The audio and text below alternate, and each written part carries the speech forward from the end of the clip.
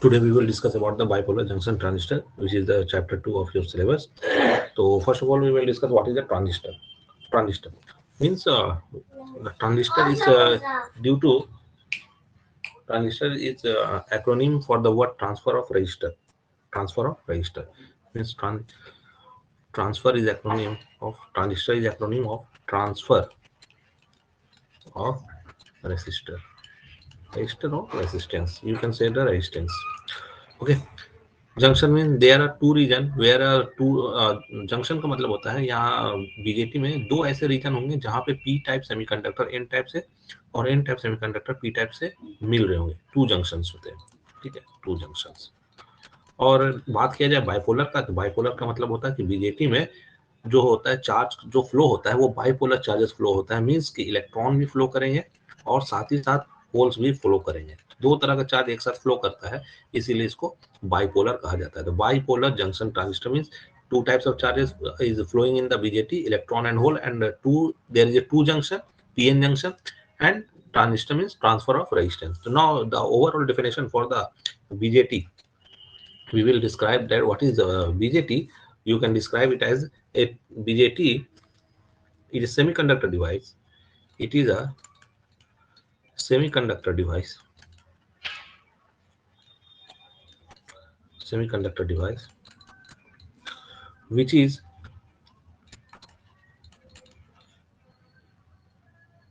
which is a three-terminal. It is a three-terminal device consists of two PN junction. Consist of what? Two PN junction, and are used for switching. Switch बनाने के लिए BJT का इस्तेमाल करते हैं. And amplifier और amplifier किसी भी सिग्नल का स्ट्रेंथ को बढ़ाना हो तो उसके लिए एम्पलीफायर का इस्तेमाल भी हम लोग इसी से बनाते हैं. इट फॉर स्विचिंग और amplification.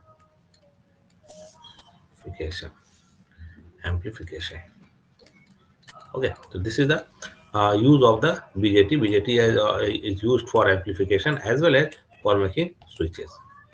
Okay, now uh, now ये तो हमने डेफिनेशन जान लिया कि बीजेटी का डेफिनेशन क्या है. तो बीजेटी एक थ्री टर्मिनल सेमीकंडक्टर डिवाइस है जिसमें कि दो पीएन जंक्शन होते हैं और इसका काम होता है स्विचिंग और एम्पलीफिकेशन के लिए.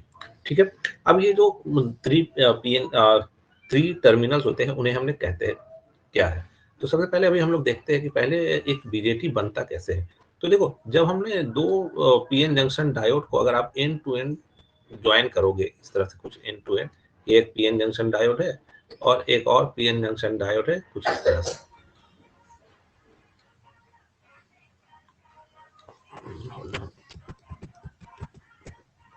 एक और पीएन जंक्शन,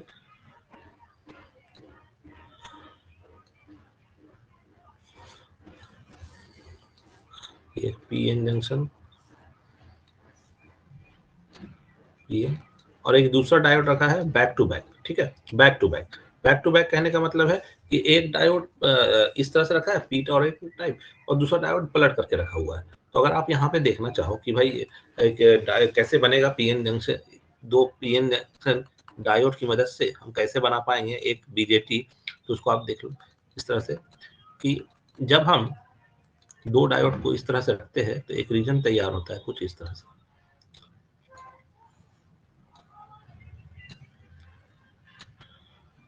ओके, ये पी सीधा आ गया, एन बीच का एक पी.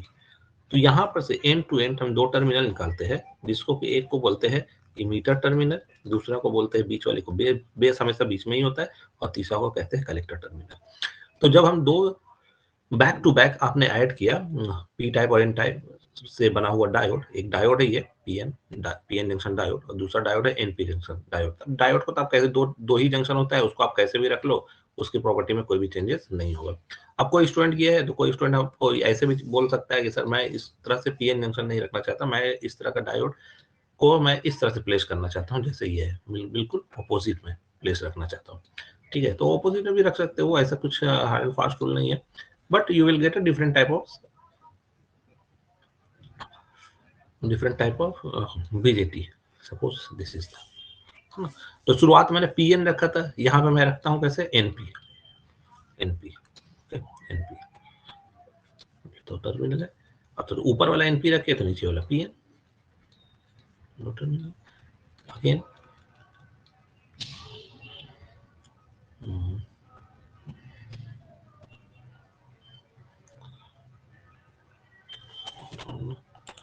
तो ज्यादा किनारा बन गया है ये।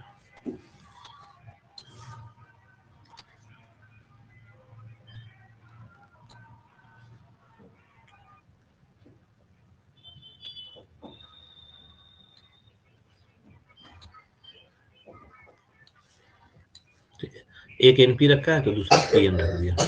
अब यहाँ पे आप देखो कि अगर हम इसको पहले की तरह ही मैप करें तो हमको इस बार एक नया टाइप का पीएन जंक्शन बीजेटी मिलने वाला है इस पीएन जंक्शन डायोड की हेल्प से। तो आप देखोगे कि जो पहला रीजन है उसमें कौन सा आ गया है, तो पहले रीजन में एन, दूसरे रीजन में पी और तीसरे रीजन में अगेन एन आ गया। ठीक है, तो यहाँ से 3 टर्मिनल। तो आप देख पा रहे हो कि जो पहला कॉम्बिनेशन जब हमने डायोड को इस तरह से प्लेस किया केस 1 में, तो हमको एक क्या मिला, बीजेटी मिला which is PNP type, which is a PNP type BJT, PNP type BJT, PNP type BJT. दूसरा कि जब हमने पीएन ना रख करके एनपी प्लेस किया और फिर दूसरा जो डायोड था उसको पीएन प्लेस किया, इस तरह से हमने किया, तो यहाँ पे हमको फाइनली जो मिला है वो एनपीएन टाइप बीजेटी मिला। ठीक है, तो यहाँ से हमको समझ में आया कि एक बीजेटी दो टाइप का हो सकता है, कौन कौन सा, तो एनपीएन और दूसरा होता है पीएनपी। मोस्टली सबसे ज्यादा यूज कौन होता है, तो सबसे ज्यादा मोस्टली यूज होता है एनपीएन।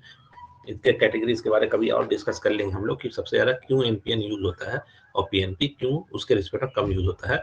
बहरहाल एनपीएन सबसे ज्यादा इसलिए यूज होता है कि इसमें जो मेजोरिटी चार्ज कैरियर फ्लो करते हैं एनपीएन में, वो इलेक्ट्रॉन्स फ्लो करते हैं और इलेक्ट्रॉन्स का मोबिलिटी होल्स के कंपैरिजन में काफी ज्यादा होता है।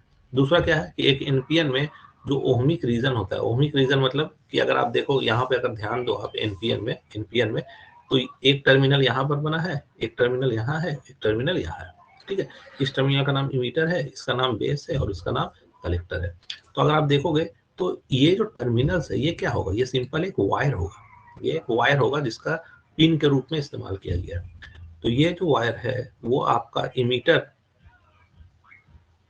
जंक्शन, जो इमीटर वाला पोर्शन है, this is called the emitter portion, जो फर्स्ट एन टाइप में इमीटर है वो एन टाइप से बना है। और वायर है, वायर में भी मेटल होता है और मेटल में भी इलेक्ट्रॉन फ्लो करते हैं अच्छे से, होल फ्लो नहीं करता मेटल में, सिर्फ इलेक्ट्रॉन फ्लो करते हैं।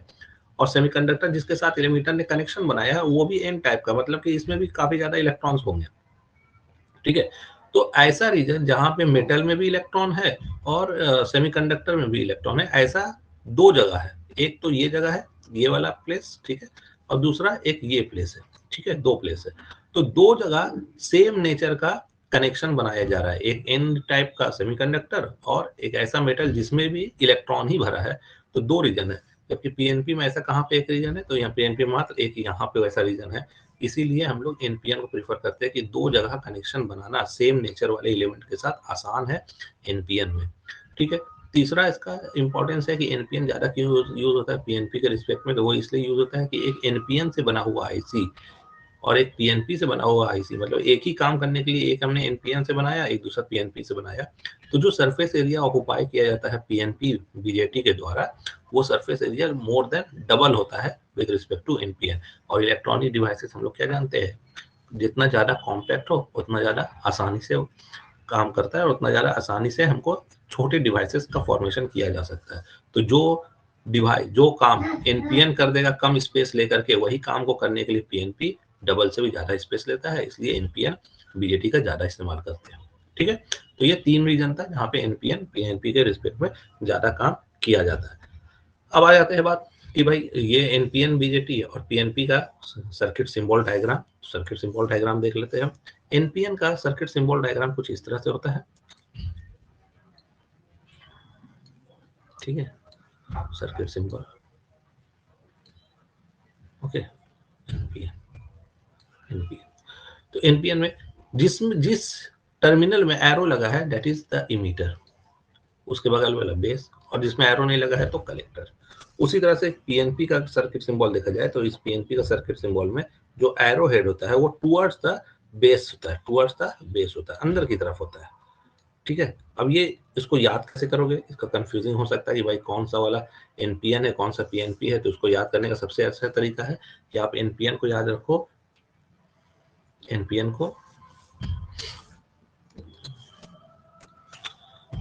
को नॉट पॉइंट इन। तो शाब्दिक अर्थ इसका क्या हो सकता है, जिसका पॉइंट अंदर की तरफ ना हो। तो ये पॉइंट मतलब वो एरोहेड की हम बात कर रहे हैं, तो जिसका एरोहेड बाहर की तरफ, नॉट पॉइंट इन का मतलब क्या हुआ कि एरोहेड बाहर की तरफ, तो एरोहेड बाहर की तरफ, तो इसका मतलब वो जो सिंबल है वो एनपीएन का है। पीएनपी का अगर आपको याद करना है तो आप सिंपल इसको ऐसे याद कर सकते हो, पॉइंट इन, तो पहला मिल गया पी और दूसरा मिल गया एन। अब बाय डिफॉल्ट आप एक पी लगा सकते हो याद करने के लिए, कुछ परफेक्ट तो निमोनिक्स नहीं बन सकता हमेशा, तो पी एन पी। तो आप एनपीएन का याद रखो, आपको पीएनपी का ऑटोमेटिक याद हो जाएगा कि क्या हो सकता है। ठीक है, अब बात करते हैं कि ये 3 रीजन है इमीटर, बेस, कलेक्टर, उसकी प्रॉपर्टीज क्या क्या होता है। ठीक है, उसकी प्रॉपर्टीज को हम लोग देखेंगे एनपीएन का और पीएनपी का।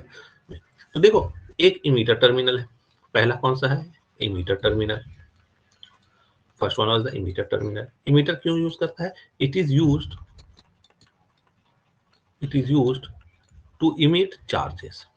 व्हाट, नाम में ही लगा है इमीटर, तो चार्ज को ये इमिट करता है, चार्ज को ये छोड़ता है।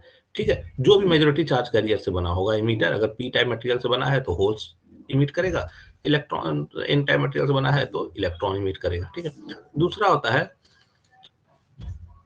बेस और तीसरा होता है कलेक्टर। तीसरा होता है कलेक्टर। ओके, अब यहाँ पे हम लोग देखते हैं कि इनकी प्रॉपर्टीज क्या होता है। तो इमीटर का काम क्या होता है, it is used to emit charge. और कलेक्टर का काम क्या होता है, जिसे नाम में लगा है कलेक्टर, कलेक्टर का मतलब है जमा करना है। तो कलेक्टर जो टर्मिनल होता है उसका काम होता है इमीटर के द्वारा जो चार्जेस छोड़ा गया है उसका मैक्सिमम पोर्शन को अपने पास जमा करना। It is used to collect charges,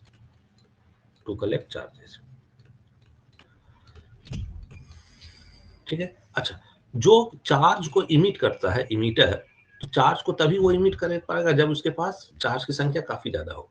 और चार्ज की संख्या को बढ़ाने के लिए हम लोग क्या करते हैं, हम लोग डोपिंग का सहायता लेते हैं। तो डोपिंग एक प्रोसेस क्या होता है, डोपिंग एक ऐसा प्रोसेस है जहाँ पे हम लोग प्योर सेमीकंडक्टर में कुछ ऐसे एलिमेंट्स को मिला देते हैं जिससे उसकी चार्ज की कंडक्टिविटी काफी ज्यादा इंक्रीज हो जाता है।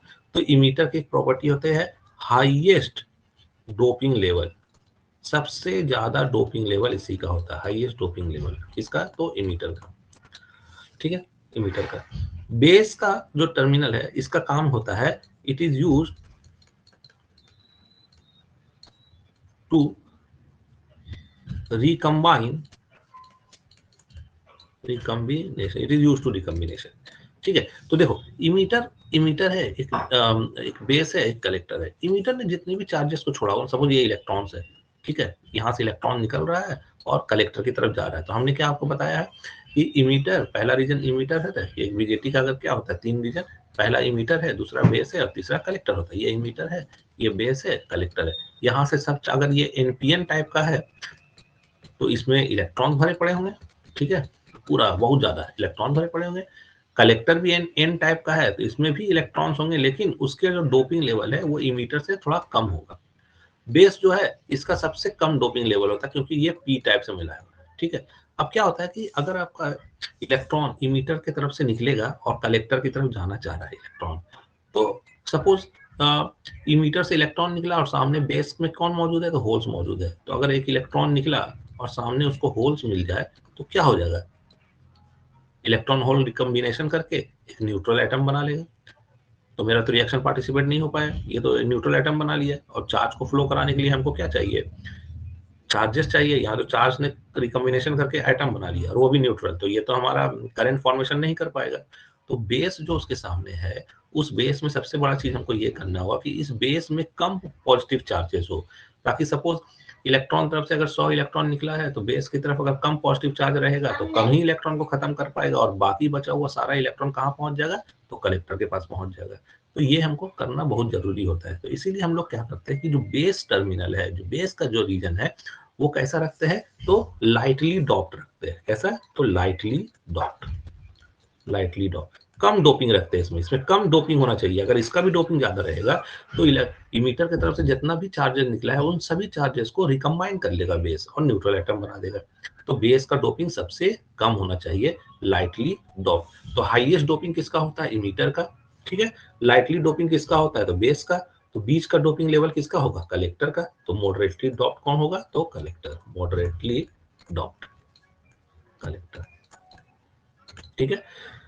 इसके बाद कलेक्टर का आप ध्यान दो, कलेक्टर जो है वहां पे चार्जेस को जमा होना है। तो जहां पे कोई चीज जमा होगा तो ऑब्वियस सी बात है कि कलेक्टर में बहुत सारा इलेक्ट्रॉन्स आके जमा कर रहा है, तो वहां पे क्या होगा, हीटिंग इफेक्ट बढ़ने लगेगा। हीटिंग पे जैसे आप भी देखते हो ना कि भीड़ में अगर आप बहुत से लोग आपस में एक जगह पे खड़ा हो जाते हैं तो वहां पे गर्मी लगने लगता है। तो कुछ इसी तरह का होता है कलेक्टर। इसी तरह का सेमीकंडक्टर में भी होता है, थर्मल इनस्टेबिलिटी सेमीकंडक्टर में भी होता है। इसी चैप्टर में हम लोग आगे देखेंगे थर्मल इनस्टेबिलिटी भी।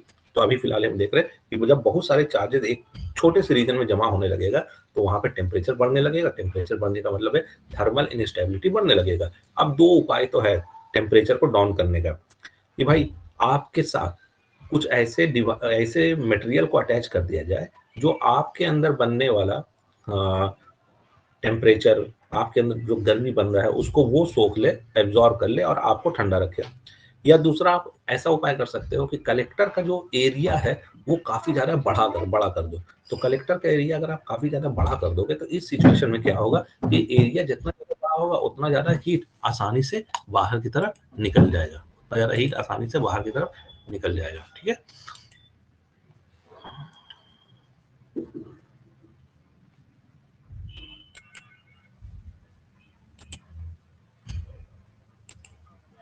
तो उसमें ज्यादा हीट आसानी से बाहर निकल जाएगा। इसीलिए कलेक्टर का टर्मिनल है, कलेक्टर का जो रीजन है उसका सरफेस एरिया सबसे लार्जेस्ट रखते हैं ताकि हीट जो वहां पे डेवलप होगा वो आसानी से एयर में रिमूव कर दे।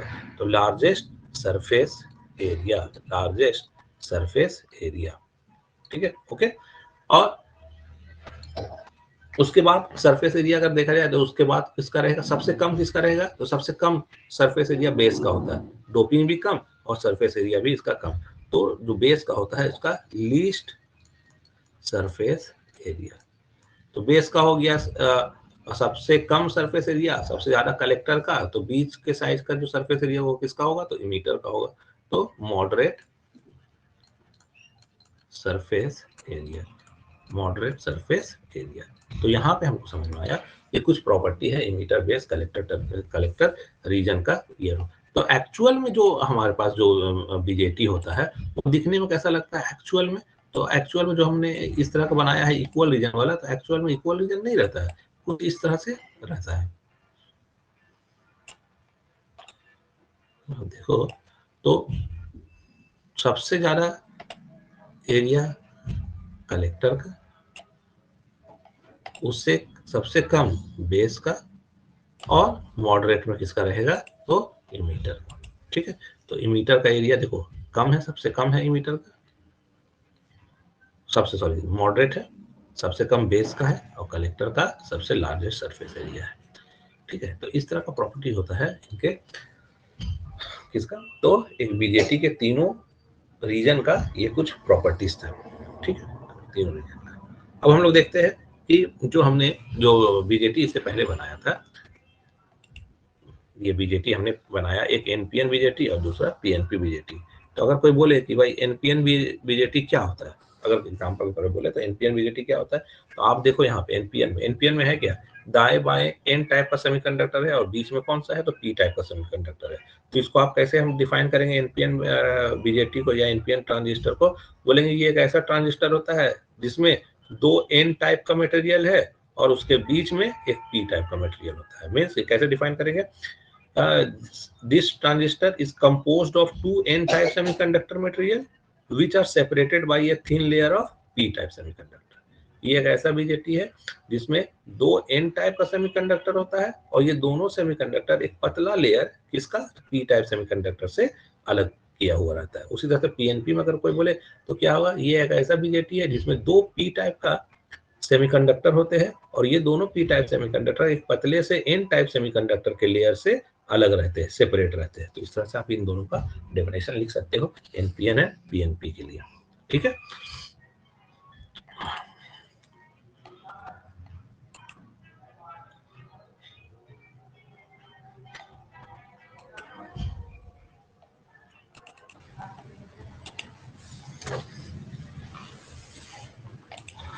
hope you understand the concept.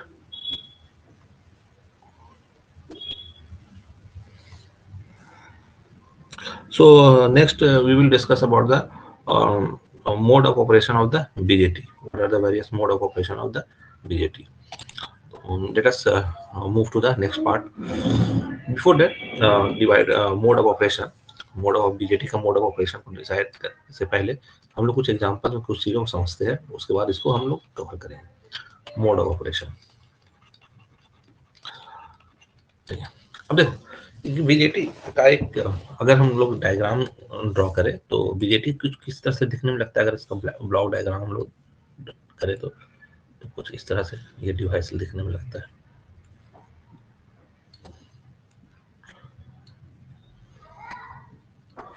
उसका 3 टर्मिनल है, emitter, collector and third one was the base. Third one was the base terminal. Okay, this is the emitter, this is the base, and this one was the collector. But for the time consider the NPN type BJT because the NPN is mostly preferred. We will consider the example as a NPN type BJT.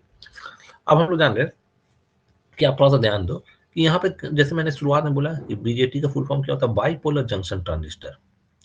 Bipolar का मतलब समझिए electron और whole दोनों करेगा। Transistor का मतलब भी होता है, जब हम लोग एम्पलीफायर पढ़ेंगे तो वहां देखेंगे कि ट्रांसफर ऑफ रेजिस्टेंस कैसे होता है। अभी फिलहाल जंक्शन, जंक्शन किसे कहते हैं, जब एक एन टाइप और एक पी टाइप सेमीकंडक्टर आपस जहां पे मिलता है उसको जंक्शन कहते हैं। तो यहाँ पे कितना वैसा रीजन है जहां पे जंक्शन बन रहा है। तो देखो एक जंक्शन तो यहाँ पे बन रहा है, ठीक है, एक जंक्शन यहाँ पे बन रहा है। एक तरफ इसके बाई तरफ एन टाइप है और इसके दाई तरफ पी टाइप है। उसी तरह से एक जंक्शन यहाँ पे भी बन रहा है। इसमें इस जंक्शन के पास बाई तरफ पी टाइप है और दूसरी तरफ आपका एन टाइप है। अब जो जंक्शन जिन टर्मिनल के बीच में बना है उसी पे इसका नाम रख देते हैं। जैसे कि पहला वाला जो जंक्शन है J1 जंक्शन है और ये J1 और ये J2। तो J1 को हम लोग कह लेंगे तो इमीटर बेस जंक्शन और J2 को कह लेंगे क्या, तो बेस कलेक्टर जंक्शन। ठीक है, तो दो जंक्शन है, इमीटर बेस और कलेक्टर बेस जंक्शन, दो जंक्शन है। तो मोड ऑफ ऑपरेशन कहने का मतलब है कि एक बीजेटी मल्टीपर्पज डिवाइस है। सिर्फ ये एक काम नहीं करता, ये स्विचिंग का भी काम करता है और एम्पलीफायर का भी काम करता है और डिजिटल सर्किट्स बनाने का भी काम करता है। तो ये मल्टीपर्पज डिवाइस है। तो एक ही डिवाइस कैसे अलग अलग काम करता है, कुछ तो कंडीशन होगा जिस कंडीशन को मैच करने पे ये डिवाइस उसके तरह काम करता होगा। कभी ये एम्पलीफायर बन जाता होगा, कभी ये स्विचेस बन जाता होगा, तो कुछ तो कंडीशन होगा। तो वो कंडीशंस क्या है, यही हम लोग मोड ऑफ ऑपरेशन में डिस्कस करेंगे। अब देखो कंडीशन क्या होगा कि हमारे पास 3 टर्मिनल है, इमीटर बेस कलेक्टर। इन तीनों टर्मिनल का हेल्प से हमको इस दोनों की तरफ एक एक बैटरी को अटैच करना है, एक एक बैटरी को अटैच करना है। अब एग्जांपल के तौर पे ले लो कि सपोज मेरे पास 2 कॉइन्स है ना, 2 कॉइन है, इसको टॉस कराए तो रिजल्ट क्या आ सकता है, या तो ये आ जाए, एक हेड दूसरा टेल, ये हेड दूसरा भी हेड, ये टेल ये भी टेल, या ये टेल और ये हेड। यही हो सकता है, यही कॉन्सेप्ट हो सकता है। ये कॉइन को अगर टॉस करेंगे तो यही 4 रिजल्ट हमारे पास फॉलो अप हो सकता है। तो उसी तरह से अगर 2 बैटरी मुझे लगाना है 3 टर्मिनल के बीच में, तो 4 कॉम्बिनेशन से हम इस बैटरी को लगा सकते हैं। जैसे कि पहला कॉम्बिनेशन को ये बोले कि सर इमीटर में हम बैटरी का पॉजिटिव टर्मिनल जोड़ देते हैं और बेस में नेगेटिव टर्मिनल जोड़ देंगे ऐसे।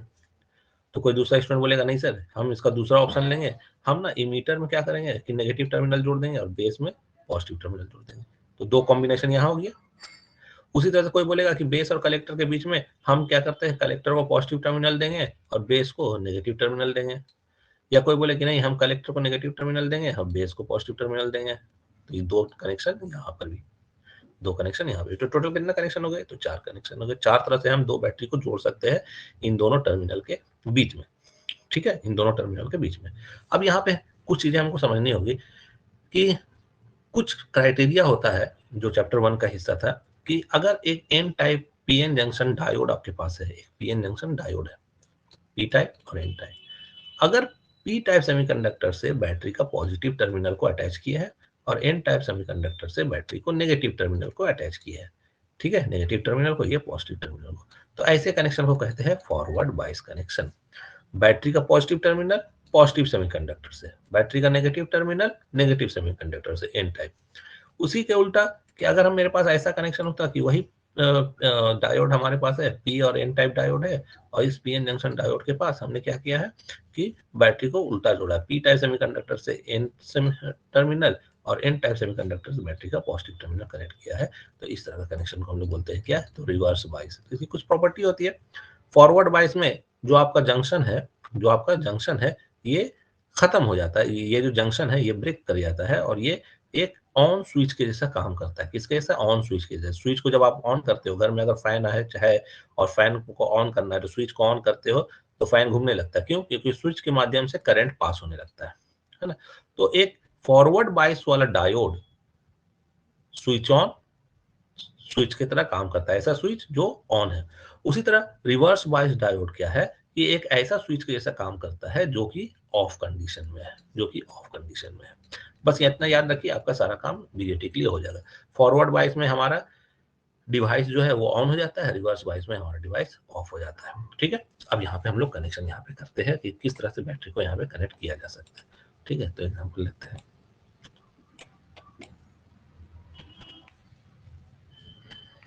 ओके, तो let us connect the battery. पहला केस, हम कुछ इस तरह से बैटरी को कनेक्ट कर रहे हैं।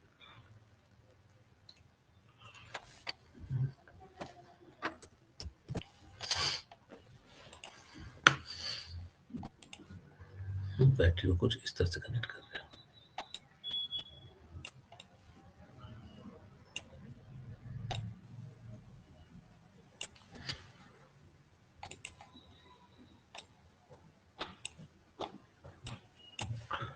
This is the collector terminal. Okay, पहला केस हम बैटरी को कैसे कनेक्ट कर रहे हैं, तो जो ये N type semiconductor, P type semiconductor, N type semiconductor, तो हमने पहला कनेक्शन हम कैसे कर रहे हैं, तो एन को एन से कनेक्ट किया और पी को पी से कनेक्ट कर दिया। दिस इज, तो थोड़ा सा हम यहाँ पे ध्यान दो कि जंक्शन J1 जो हमारा है, ये फॉरवर्ड बायस हुआ कि रिवर्स बायस हुआ। तो हमने क्या बोला था कि एन टाइप सेमीकंडक्टर अगर एन टाइप मटेरियल से हो और पी टाइप सेमीकंडक्टर, ये जो बीच का पी टाइप है, वो बैटरी के पॉजिटिव टर्मिनल से कनेक्ट है। तो ये जो जंक्शन J1 है, ये फॉरवर्ड बायस हुआ कि रिवर्स बायस हुआ, तो this is the forward bias connection. तो J1 कैसे हो गया, फॉरवर्ड बायस। दूसरा अगर हम देखा जाए कि ये कनेक्शन हम इसको कुछ इस तरह से कर देते हैं कि ये पॉजिटिव में और ये नेगेटिव में, इस तरह से कनेक्शन। तो आप देख पा रहे हो कि एन टाइप सेमीकंडक्टर बैटरी के पॉजिटिव टर्मिनल से कनेक्ट है, और जो पी टाइप सेमीकंडक्टर है, अभी भूल जाइए इस साइड वाला कि फॉरवर्ड बायस वाला, पी टाइप सेमीकंडक्टर है, वो किससे कनेक्टेड, तो बैटरी का एन टर्मिनल से कनेक्टेड। तो ये कैसा कंडीशन हो गया, तो रिवर्स बायस, ये रिवर्स बायस कंडीशन हो गया। तो मोड ऑफ ऑपरेशन में हम लोग देखेंगे कि वन बाय वन चारों कंडीशन यहाँ पे ध्यान देंगे कि किस कंडीशन पे कैसे काम करता है, ठीक है। Mode of operation,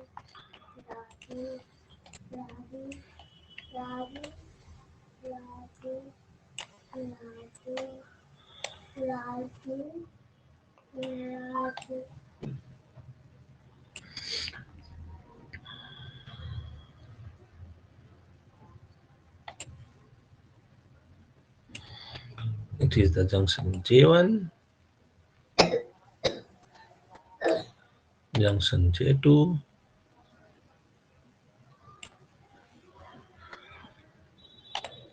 this is the region and the application.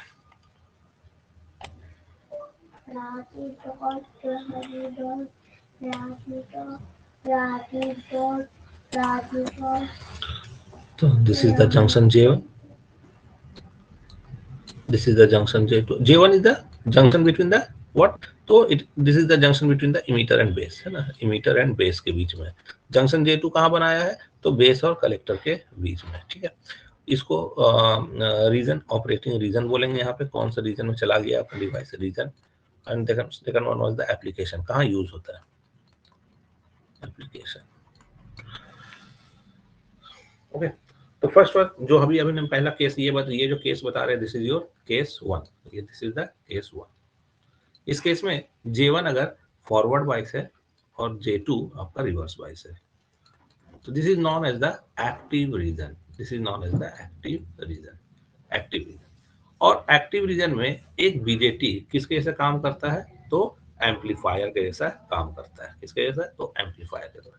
जो घरों में आप एम्पलीफायर यूज करते हो साउंड बॉक्स में, है ना, कम आवाज को ज्यादा आवाज बनाने के लिए, तो उसमें बीजेटी ही लगा रहता है। और बीजेटी का जंक्शन J1 जो कि मीटर बेस्ड जंक्शन है वो फॉरवर्ड बाइस होता है और जंक्शन J2 हमारा रिवर्स बाइस होता है। तो जब ऐसा कंडीशन रहेगा तो ये बन जाएगा किसमें, तो बीजेटी हमारा किसके जैसा काम करने लगेगा, तो एम्पलीफायर का काम करने लगेगा, ठीक है। अब कोई स्टूडेंट बोलेंगे सर हम ऐसा नहीं रखना चाहते, हम ना से ये वाला जो एरिया है जो बैटरी कनेक्शन किया था उसको फॉरवर्ड, इसको रिवर्स वाइज नहीं फॉरवर्ड वाइज रखना चाहते हैं, ठीक है। तो एक बार ये भी केस ले लेते हैं कि हमने यहाँ पे क्या किया, तो क्या किया यहाँ पे, तो इसको फॉरवर्ड बाइस कर दिया। फॉरवर्ड बाइस करने के लिए मतलब एन टाइप सेमीकंडक्टर को एन से कनेक्ट करना होगा और पी टाइप सेमीकंडक्टर को पी से कनेक्ट करना होगा, ठीक है। तो यहाँ पे इस बैटरी लगा दिया, यहाँ पे एक बैटरी, तो ये कनेक्शन आप देखो, एन को एन से कनेक्ट किया और पी को पी से कनेक्ट किया, तो ये भी कैसा हो गया, फॉरवर्ड बाइस कनेक्शन। तो J1 भी फॉरवर्ड बाइस और J2 भी फॉरवर्ड बाइस, ठीक है। तो ऐसा सिचुएशन में आपका जो रीजन कहलाता है, ये जो इसको कहते हैं सैचुरेशन रीजन, सैचुरेशन रीजन, जब दोनों जंक्शन फॉरवर्ड बाइस होगा। और बीजेटी यहाँ पे कैसे काम करेगा, तो ऑन स्विच के जैसा काम करेगा। किस तरह से, तो ऑन स्विच के जैसा काम करेगा, ठीक है। अच्छा, एक चीज और बताना भूल गया, जो बैटरी इमीटर और बेस टर्मिनल के बीच में लगे उसको हम लोग कहते हैं VEB, क्या कहेंगे, तो VEB। और जो बैटरी बेस और कलेक्टर के बीच में लगे उसको कहेंगे VCB, ठीक है, फॉर द टाइमिंग। ये हो गया केस। अब दूसरा केस देखते हैं कि कोई स्टूडेंट हमको बोले कि सर हम ये ऐसा नहीं करना चाहते, हम इसका भी कनेक्शन बदलना चाहते हैं, ये वाला कनेक्शन, ठीक है, इसको भी बदल दीजिए। इसको भी अगर बदल देंगे तो कनेक्शन कैसा हो जाएगा हमारे पास, कि जो पहले फॉरवर्ड था इसको भी रिवर्स कर देते हैं। तो एन को पी से कनेक्ट कर दिया और पी को एन से कनेक्ट कर दिया, ठीक है। ये तो इसमें आप देखोगे तो ये कैसा हो गया, ये भी रिवर्स बायस हो गया, है ना, ये रिवर्स बायस हो गया, ठीक है।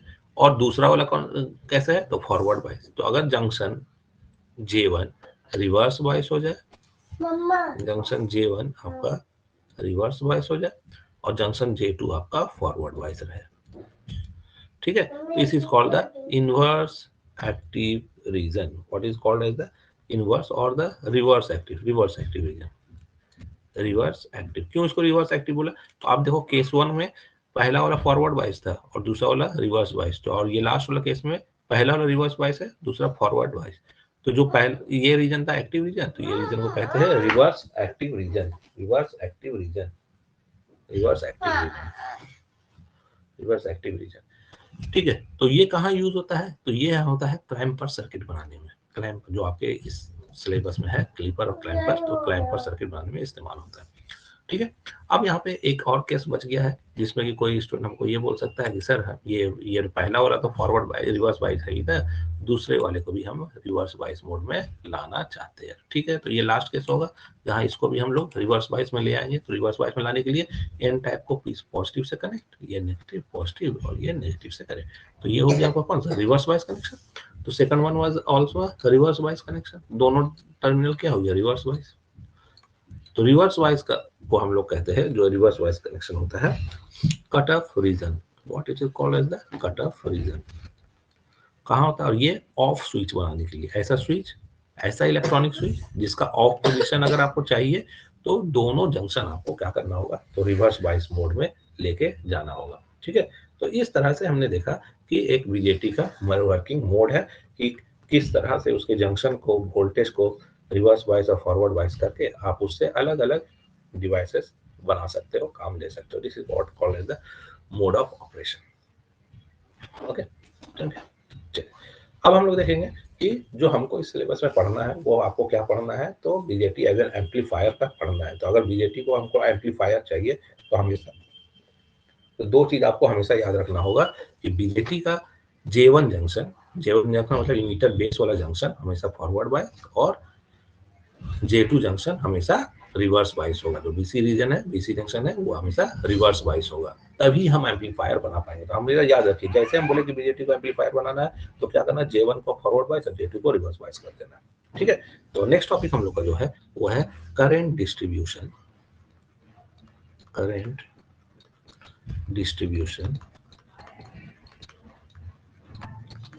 इन बीजेटी। बीजेटी में करंट कैसे कैसे फ्लो करता है इसके बारे में हम लोग समझेंगे यहाँ पे। ठीक है, तो इस सब चीजों को ना थोड़ा सा सिलेबस में ये इस तरह का कोई टॉपिक नहीं है, लेकिन आपको ये जानना होगा, क्योंकि आगे जब हम लोग सर्किट पे काम करेंगे तो वहां पे तुरंत तुरंत करंट का डायरेक्शन लिखेंगे। तो करंट का डायरेक्शन कैसे लिख पा रहे हैं, तो उस चीज को हम पहले ही हैंडल कर ले रहे हैं यहाँ पे कि करंट को कैसे हम लोग यहाँ पे देखेंगे। ठीक है, तो पहले उसके पहले हम लोग क्या करेंगे, पहले एक बीजेटी बना लेते हैं भाई, बीजेटी कैसे काम करेगा। ठीक है, तो एक बड़ा सा बीजेटी डिवाइस बनाते हैं,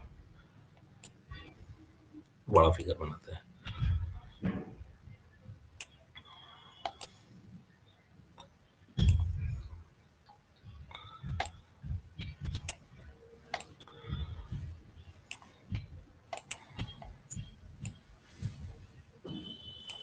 emitter terminal, collector terminal, also known as a base terminal.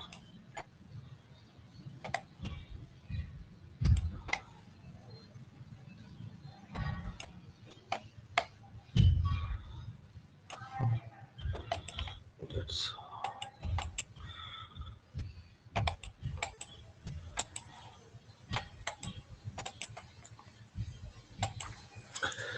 ठीक है। तो हम लोग एम्पलीफायर में जब हम बीजेटी को एम्पलीफायर बनाएंगे तो हमको देखना है कि एक बीजेटी में जब एम्पलीफायर बनता है तो उसमें करंट कैसे कैसे मूव करता है। तो हम लोग यहाँ पहले तो इसका नाम लिख लेते हैं कि हम लोगों ने कौन सा बीजेटी माना है, तो एनपीएन बीजेटी माना है। ठीक है, ये इमीटर टर्मिनल है, ये बेस है, और ये आपका कलेक्टर है।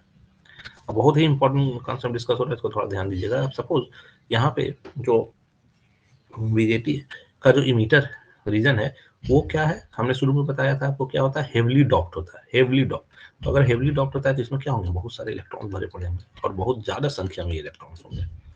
ठीक है, बहुत ज्यादा संख्या में ये इलेक्ट्रॉन्स होंगे, काफी ज्यादा।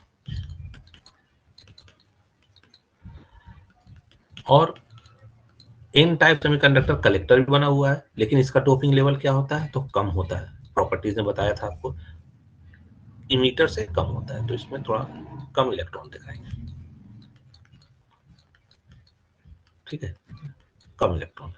पी टाइप में क्या होता है, तो पी टाइप में होल्स होता है, लेकिन इसका डोपिंग लेवल सबसे कम होता है। तो इसमें हम होल्स दिखा रहे हैं, लेकिन होल्स कम होगा। कितना होल्स कम दिखा है। ठीक है, अब देखो हमको क्या बोलना है कि बीजेटी को हम कैसे बना रहे हैं, तो एम्पलीफायर बना रहे हैं। तो J1 जंक्शन कैसा रहेगा भाई, तो आप पहला वाला केस देखो, एम्पलीफायर बनाने के लिए ये वाला पार्ट है, J1 जंक्शन फॉरवर्ड बायस होना चाहिए। फॉरवर्ड बायस करने के लिए आप देखो एन टाइप को एन से कनेक्ट किया और पी टाइप को पी से कनेक्ट किया। ये बैटरी किसके बीच में लगा है, तो इमीटर बेस के बीच में, तो इसको लिख दिया VEB। दूसरा जंक्शन J2 रिवर्स बायस होना चाहिए, तो रिवर्स बायस होना चाहिए। तो कलेक्टर N से जुड़ा है, तो रिवर्स बायस करने के लिए इसको पॉजिटिव टर्मिनल बैटरी से जुड़ना होगा, ये इसको नेगेटिव, इसको पॉजिटिव, तो ये नेगेटिव। ये टर्मिनल कहाँ जुड़ा है, तो कलेक्टर और बेस के बीच में लगा है, तो इसको लिख दिया VCB वोल्टेज, VCB वोल्टेज। अब थोड़ा सा यहाँ हमको ध्यान देंगे, बहुत इंपॉर्टेंट है कि देखो इमीटर टर्मिनल बैटरी का VEB बैटरी जो है उसका नेगेटिव पार्ट से जुड़ा है इमीटर, तो अगर नेगेटिव पार्ट से जुड़ा है तो यहाँ पर भी नेगेटिव वोल्टेज। ठीक है, ये नेगेटिव वोल्टेज इस इमीटर रीजन में मौजूद सारे इलेक्ट्रॉन को पुश करेगा कि पुल करेगा। ऑब्वियसली बात है, पुश करेगा, धक्का देगा, क्योंकि नेगेटिव वोल्टेज खुद माइनस है और इलेक्ट्रॉन खुद माइनस है, तो ये इसको रिपेल करेगा, धक्का देगा। तो यहाँ से जितने भी इलेक्ट्रॉन्स होंगे ना वो आगे की तरफ मूव करने लगेंगे, इस तरह से आगे की तरफ मूव करने लगेंगे। अब इस तरह से आगे की तरफ अगर मूव करेंगे तो क्या होगा कि जितने भी इलेक्ट्रॉन आगे मूव किए उसमें से कुछ इलेक्ट्रॉन बेस वाले रीजन का मौजूद होल से रिकम्बाइन करके न्यूट्रल एटम हो जाएगा।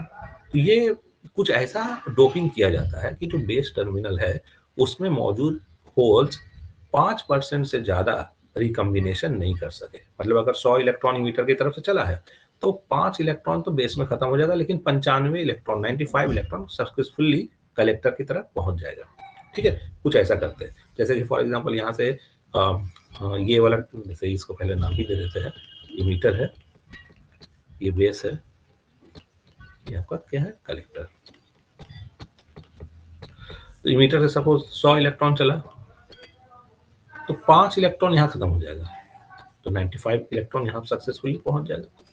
ठीक है, तो यहाँ से इलेक्ट्रॉन चला, इलेक्ट्रॉन अगर का, तो भाई इलेक्ट्रॉन जिधर मूव करता है तो कन्वेंशनल करंट का डायरेक्शन किधर होता है, तो कन्वेंशनल करंट का डायरेक्शन हमेशा इलेक्ट्रॉन के डायरेक्शन के मूवमेंट के ऑपोजिट होता है। अगर इलेक्ट्रॉन इधर मूव कर रहा है तो करंट जो होगा वो इसके ऑपोजिट डायरेक्शन में, कन्वेंशनल करंट का डायरेक्शन ऑपोजिट होता है। ठीक है, तो इलेक्ट्रॉन किधर मूव कर रहा है, तो राइट साइड, तो इससे बनने वाला करंट किधर आपको दिखाई देगा, तो लेफ्ट साइड। तो इस टर्मिनल में करंट का डायरेक्शन कुछ ऐसा होगा।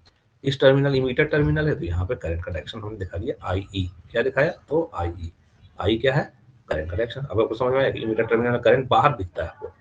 उसी तरह से कलेक्टर में आ जाइए। कलेक्टर में सारे इलेक्ट्रॉन, जो इलेक्ट्रॉन बच गए 95%, वो सब कलेक्टर टर्मिनल में कैसे आ रहे हैं, टूवर्ड्स द कलेक्टर आ रहे होंगे सारे इलेक्ट्रॉन। ठीक है, टूवर्ड्स द कलेक्टर आ रहे होंगे। तो अगर कलेक्टर टर्मिनल में देखो तो कलेक्टर टर्मिनल के तरफ करंट, सारे चार्जेस मूव कर रहे हैं, तो कन्वेंशनल करंट कैसे करेगा, इन चार्जेस के मूवमेंट के ऑपोजिट, मींस कि ऐसे कलेक्टर। ठीक है, इनको ऐसे मूव करेगा collector. What about the base terminal, base terminal में करंट का डायरेक्शन कैसे होगा उसको जानना है। तो अब यहाँ पे हम लोग जानते हैं बेस में करंट का डायरेक्शन कैसे होगा। तो देखो, जब यहाँ से इलेक्ट्रॉन मूव कर रहा है इमीटर से बेस की तरफ, तो कुछ होल्स खत्म हो जाएंगे, ऑब्वियस सी बात है, और इलेक्ट्रॉन्स भी खत्म हो जाएंगे, क्योंकि रिकम्बिनेशन हुआ तो इलेक्ट्रॉन होल्स रिकम्बाइन करके न्यूट्रल एटम बनाएंगे। तो अब यहाँ पे क्या होगा कि according to conservation of charge, charge का यहाँ पे जो भी पॉपुलेशन है वो हमेशा मेंटेन रहेगा। तो कंबाइन करने के बाद भी उतना ही चार्ज होना चाहिए जितना पहले होना चाहिए। तो भाई जो इलेक्ट्रॉन इन होल के साथ रिकम्बाइन किया, जो भी एक इलेक्ट्रॉन आया और होल्स के साथ, ये जो पी टाइप में होल्स मौजूद है, इसके साथ रिकम्बाइन कर दिया, ये सपोज ये होल्स है, इसके साथ रिकम्बाइन किया और एक न्यूट्रल एटम बना लिया, है ना, न्यूट्रल एटम बना लिया। इसको हाइड्रोजन का एटम मत समझिएगा, मैं एग्जाम्पल के तौर पर बता रहा हूँ, न्यूट्रल एटम बना लिया। तो इलेक्ट्रॉन की कमी हुआ, होल्स का भी कमी हुआ सिस्टम में। इलेक्ट्रॉन की कमी इस बैटरी के द्वारा छोड़े जाने वाला इलेक्ट्रॉन से तो पूरा हो जाएगा, बैटरी बाहर से सक्सेसफुली इलेक्ट्रॉन सप्लाई कर रहा है।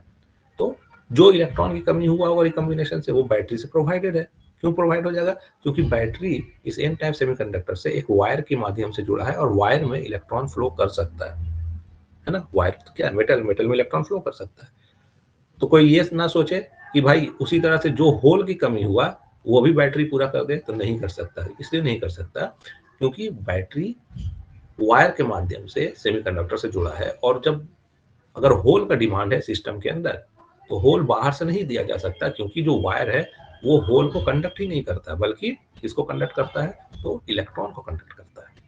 तो होल सप्लाई नहीं हो सकता बाहर से, इलेक्ट्रॉन की सप्लाई हो जाएगा। तो इलेक्ट्रॉन की जो कमी हुआ उसको तो पूरा हो गया, लेकिन होल की कमी पूरा नहीं हुआ। तो यहाँ पे नेक्स्ट चीज होगा, यहाँ पे कुछ न्यूट्रल एटम जो इसके के पास पहले से पड़े होंगे। सपोज ये मेरा कुछ न्यूट्रल एटम है जो यहाँ पे पहले से पड़े हैं। बैटरी क्या करेगा, इस न्यूट्रल एटम का, क्योंकि होल्स तो भेज नहीं सकता, लेकिन बेस में होल्स का इंतजाम करवा देगा। कैसे करवा देगा कि बैटरी क्या करेगा, इसमें से कुछ इलेक्ट्रॉन को बाहर की तरफ खींच लेगा, बाहर की तरफ खींच लेगा। तो इलेक्ट्रॉन बाहर निकला, तो जैसे ही एक न्यूट्रल एटम में से कोई एक न्यूट्रल एटम है और उससे इलेक्ट्रॉन अलग हो जाए, तो क्या बचेगा, होल्स बचेगा, है ना, होल्स बचेगा। तो जैसे ही एक इलेक्ट्रॉन बैटरी ने बाहर की तरफ खींचा, अंदर क्या बचा, एक नया होल जनरेट हो गया। ठीक है, नया होल जनरेट हो गया, और यही हम चाह रहे थे कि हमको होल मिला। अब हमको होल मिलने से मतलब था, बैटरी ने इसको कैसे चीज को पूरा किया, तो इलेक्ट्रॉन को बाहर खींच लिया और होल्स अंदर, नया होल्स जनरेट हो गया। येलो कलर वाला जो है वो न्यू होल्स जनरेट हो रहा है। ठीक है, अब इस न्यू होल को जनरेट करने के लिए इलेक्ट्रॉन बाहर की तरफ आया बेस टर्मिनल से। तो अगर इलेक्ट्रॉन की मूवमेंट बेस टर्मिनल बाहर की तरफ है, तो करंट की मूवमेंट किधर होगा, टुवर्ड्स इनवर्ड। तो बेस करंट में करंट का डायरेक्शन किधर होगा, बेस टर्मिनल में अंदर की तरफ।